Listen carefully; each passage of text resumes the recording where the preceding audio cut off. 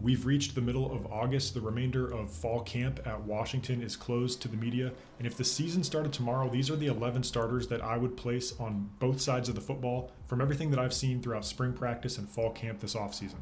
Starting with the offensive line, where there's been a good bit of consistency from left to right. It should be Carver Willis at left tackle, Paki Finau at left guard, Landon Hatchett at center, Garen Hatchett at right guard, and at right tackle, Drew Azopardi. Not a ton of surprises here, especially at the tackle spots. Willis and Azopardi return over 1,200 career snaps each, and the two Hatchetts, Landon and Garen at center and right guard respectively, have been consistent at those two positions all offseason. But the left guard spot is where we have seen the most competition with this starting offensive line. I believe Paki Finau should start the season, but true freshman John Mills has been in the rotation frequently. Finau started the fall scrimmage, Mills started the mock game just a few days ago with the first team, and Jedfish continues to speak highly of both of these offensive linemen.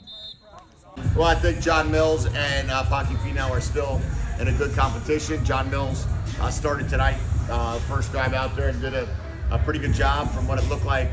On the sideline, I'll have to look at the film, but let those two guys continue to battle it out. But should probably have both playing at some point. I would expect alternating in some regard. But really good job by Mills stepping in as a true freshman, and Paki keeps getting better. Last year's offensive line was a point of weakness with this team, and I think going into 2025, you want to start the year with some guys that have the experience that you didn't have a year ago, and I think with Paki Finau, you get that. He's got a couple games of experience ahead of John Mills. I think it's best for the continuity of this line to start the season. Moving to tight end, I believe Decker DeGraff will be the starter. The Mackey Award watch list pass catcher, I think, gives the offense the most explosiveness in terms of passing at the tight end position. He led the team with 15.5 yards per reception on 15 catches last season. Quentin Moore will be healthy this season. His best strength as a blocking tight end, I think, will be valuable when they go 12 personnel, short yardage. But if you want to remain explosive in this passing offense, DeGraff is the best option to start. And that leads me to wide receiver, where I think there are 3 defined starters in this offense, but there will be 7 to 8 guys of rotation throughout the season.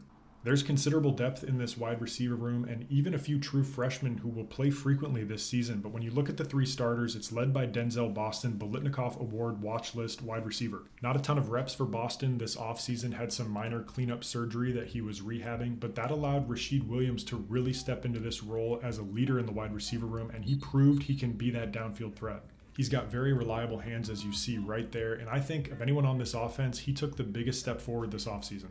And Penn State transfer Amari Evans played frequently in the slot this fall. I think he's the clear starter there. Brings elite speed to this receiver room. Also used him a lot in the jet sweep run game. And we know what's going on at quarterback and running back, Damon Williams and Jonah Coleman. And one other thing, all of these diagrams are meant to be purely schematic to help visualize where these players line up on the field. They're not made to represent any real formations. And on the other side, Ryan Walters' defense will have a couple different base packages that we'll see this season. The 4-2-5 nickel defense, and also the 5-man front that we saw frequently with him at Illinois. Starting with a base nickel, I think the 4-man front looks like this. Zach Durfee and Jacob Lane on the edge, and then inside you've got Ontario Thompson and Tai Uyunglele, the 2 transfers. Durfee recorded 3 sacks unofficially in the team's mock game the other day, and on the inside, the length that Uyunglele and Thompson bring, both 6'4", they can get in passing lanes while also using their quickness to be multiple, causing havoc in the passing game and plugging holes in the run game.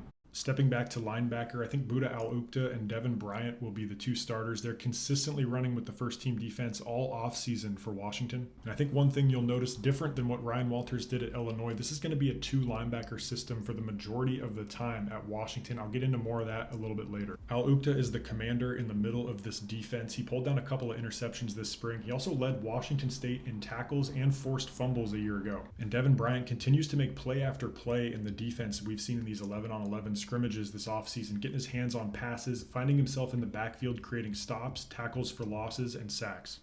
Moving to cornerback, Ephesians Prysock and Takario Davis are the 2 starters there, no question, but at nickel, I think it's going to be Leroy Bryant. If you would have asked me at the end of spring practice, I would have said Rashawn Clark, but after what I've seen from Leroy this fall, I think he's going to be the starter at nickel.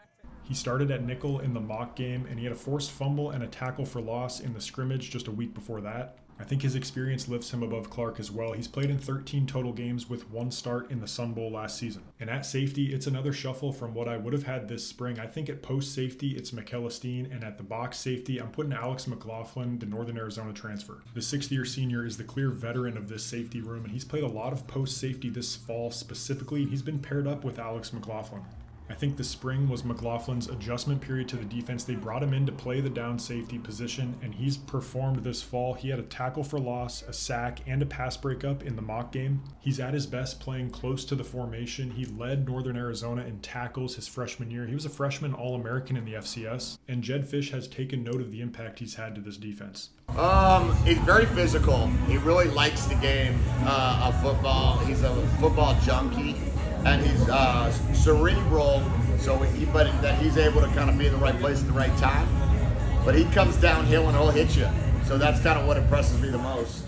And the other thing you're going to see from this defense is a 5-man defensive front. And instead of replacing a linebacker for a defensive lineman, it's going to be a defensive back for a defensive lineman. They're going to keep that 2 linebacker set. It's going to look something like this. And this is slightly different than what we saw with Walters at Illinois. A lot of times they kept the nickel package in the secondary and went with 1 linebacker and 5 men up front. And with a 5-man front, you're introducing a zero technique. I think Utah transfer Samote Pepa is the best for that spot. They list him at 6'3", 350 pounds, and he's played in 37 games over his college career. He's an excellent run stuffer, and I think when this defense wants to go heavy with 5 up front, Pepa is the most experienced option in that position.